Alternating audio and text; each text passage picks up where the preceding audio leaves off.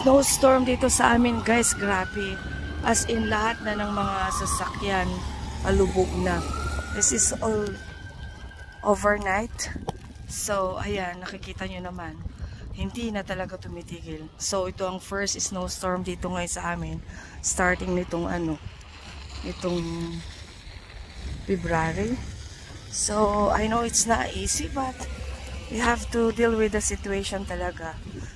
Kahit pa paano, makasurvive naman. Nga lang, syempre, tiis ganda. Tiis ganda. May igaganda pa ba? Ayan guys, nakita nyo yan?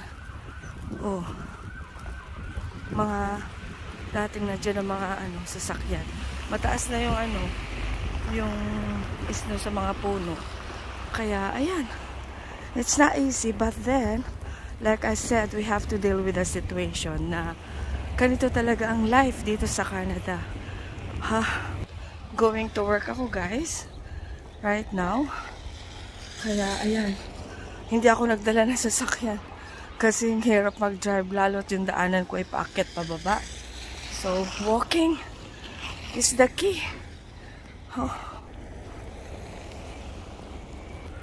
Umula pa kagabi yan. So, hindi na nakikita. Ang guys, ang gandang tignan, no?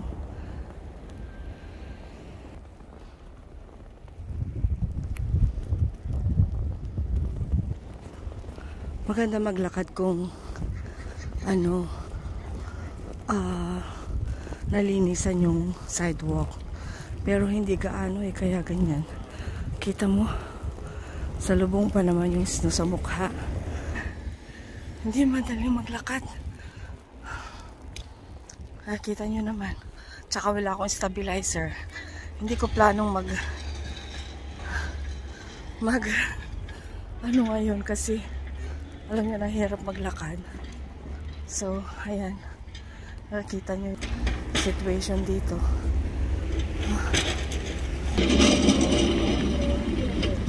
Yan, naglilinis ng sidewalk yan guys. Sidewalk lang nililinis niya. Ayan ang tsura ngayon dito. Hindi siya madali. Pero kailangan ng laban.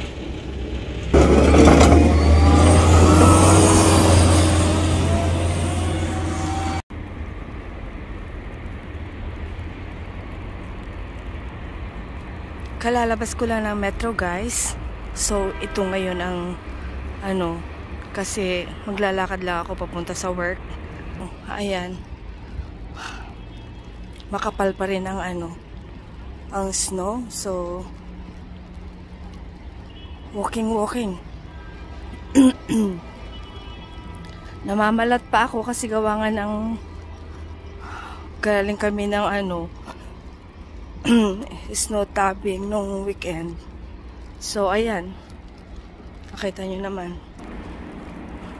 Sobrang hiyaw ng hiyaw.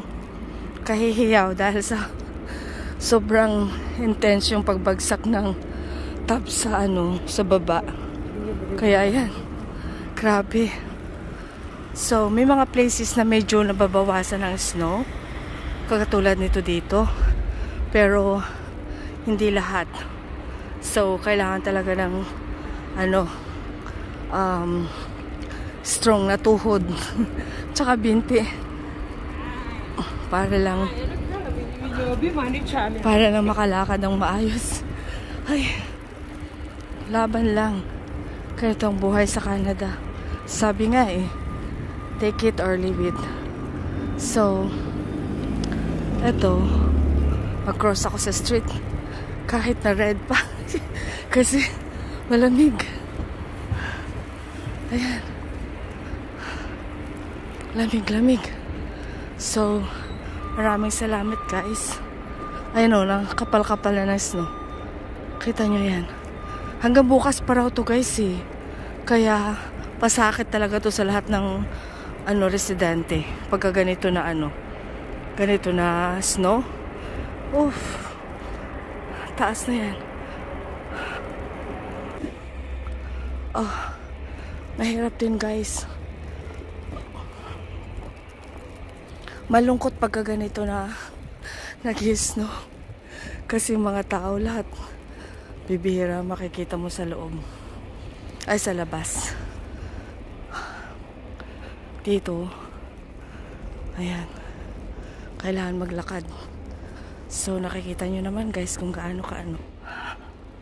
Ayan, nababalutan ako ng snow. So,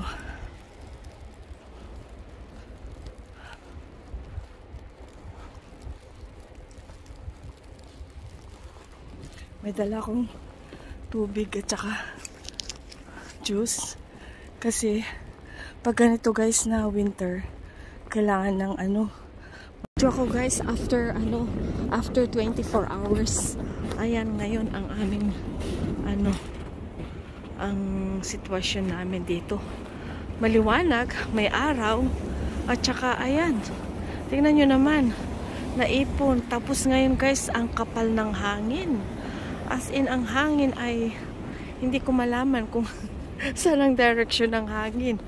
Lahat lubog ang mga sasakyan na kung saan ay naka-parking sa tagiliran. Ayan. Tapos, hindi pa nalilinis ng maayos ang mga sidewalks, guys. Ayan ang itsura ng sidewalks ngayon. Pakita ko sa inyo kung gaano kalalim yung mga hinuhukay na mga yan. Meron pa dito, aywan ko kung paano nila yan hukayin. Doon sa likuran ng sasakyan na yan, oh. May isang sasakyan dyan, guys, na kung saan naka doon sa may corner. Tinabunan nila yan sa likuran niya. Ayan. Hindi ko lang alam kung paano nila yan matanggal. Kasi talagang as in grabe, guys.